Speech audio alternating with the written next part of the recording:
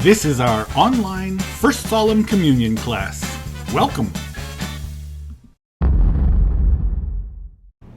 I greet you all. Glory be to Jesus Christ. That was sneaky, Father Bo. You just inserted another objective to today's lesson.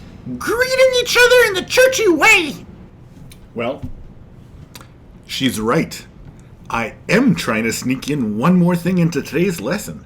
Not only are we going to talk about how God created all of us, but we're going to learn a little bit about how to say hello to each other in a churchy way.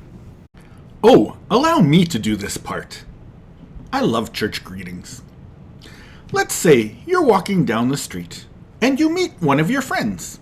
You can say, "Hey, how's it going?" Not bad, you? Or, if you want to greet them in a little bit of a churchy way, you can say, "Glory be to Jesus Christ."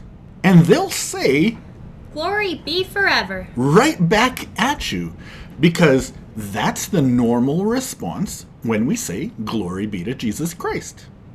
It's kind of like a secret handshake for the church. Is that what people mean when they say, Slava Isusu Christu? Exactly! Is that Ukrainian? That's right, Marilyn. Slava Isusu Christu means glory be to Jesus Christ. And Slava Navike is the response. It means glory be forever. I don't think there's an equivalent greeting in Arabic. What about the greeting I always hear at Easter? That would be, Christ is risen. Truly he is risen. And how about Christmas time? That's Christ is born. Glorify him. What about that Christ is amongst us one that people sometimes say in church? Yep, the response to Christ is amongst us is... He is and always will be. Of course, you can ask your parents or grandparents if they know how to say these in another language. That was excellent. But now it's time to talk about God and creation. Did you know that God created everything? And there is nothing that God didn't create. He created things that we can see and things that we cannot see. Think about the lesson that we did last time.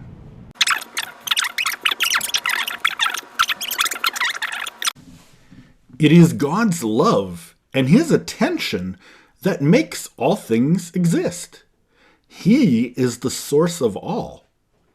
Hey, Father Kapusta! Do you mind if I tell the kids the story from the Bible? Sure, but try and do it faithfully. You mean I can't paraphrase? Well, you shouldn't. Well, maybe just a little bit.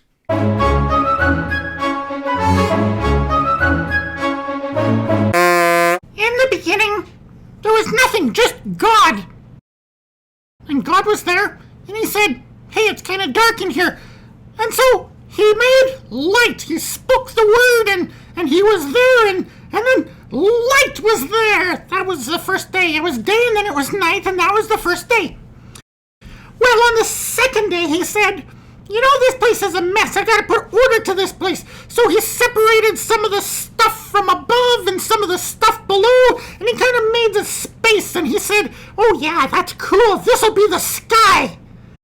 And on day 3, he said, "Mud is awesome and I love it, but I can't have mud everywhere. So let's create some dry land and some water bodies and hey, let's put plants on them, like bushes. And those are nice bushes, I like them. And maybe trees. And hey, we can have stuff growing on them, like fruit and nuts and berries and vegetables.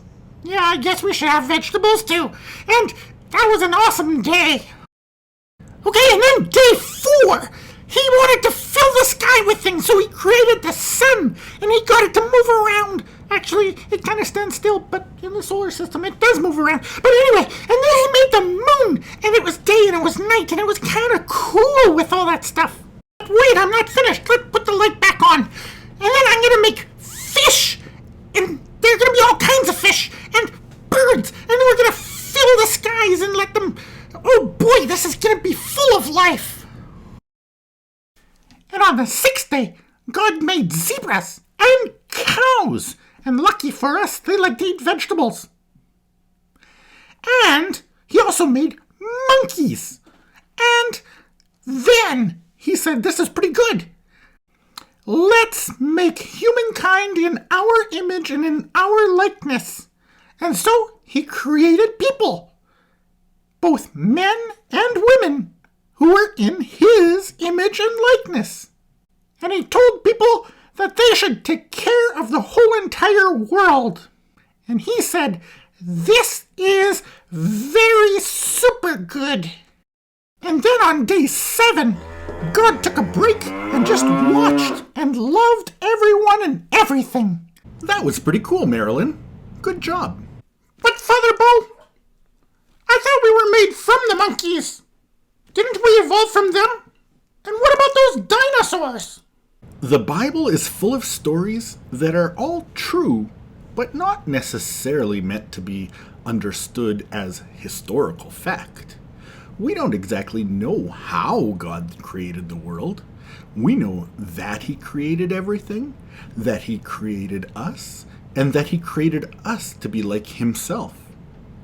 So, it's okay to believe that the dinosaurs once roamed, and it's okay to believe in evolution. Or if you'd rather, you can believe exactly in the words as they are. What's important, though, is that we recognize that God created everything out of nothing, and that he created us from his love. Perhaps it's time to do our homework. Number 1. What's a churchy way of saying hello during Easter time? And what's the response? Is it okay that some people believe in evolution and dinosaurs and things like that? Did God even create things we don't like mosquitoes? Today, with your parents, read the first chapter and the first 3 verses of the second chapter of Genesis. And then tell me, when God finished everything on the 6th day, he said it was something good. What did he say? According to BizBug, something else also eats veggies and was made by God. What is it? Ask your parents if they know how to say a churchy greeting in another language. If they do know, tell me about it. God said that he would make humans in his own and in his... What kind of things are we made in? And the last question is, did you realize that God wants us people to take care of the whole world? It says so when he says for us to be fruitful and multiply, fill the earth and subdue it, and have dominion over the fish of the sea, the birds of heaven, and of every other living thing that moves on the earth. Having dominion means that we're supposed to take care of it. Well, we've reached the end of another lesson. I'm glad all of you have joined us today. Don't forget to email me your answers, and I'm looking forward to seeing you soon. God bless. This is our online First Solemn Communion class.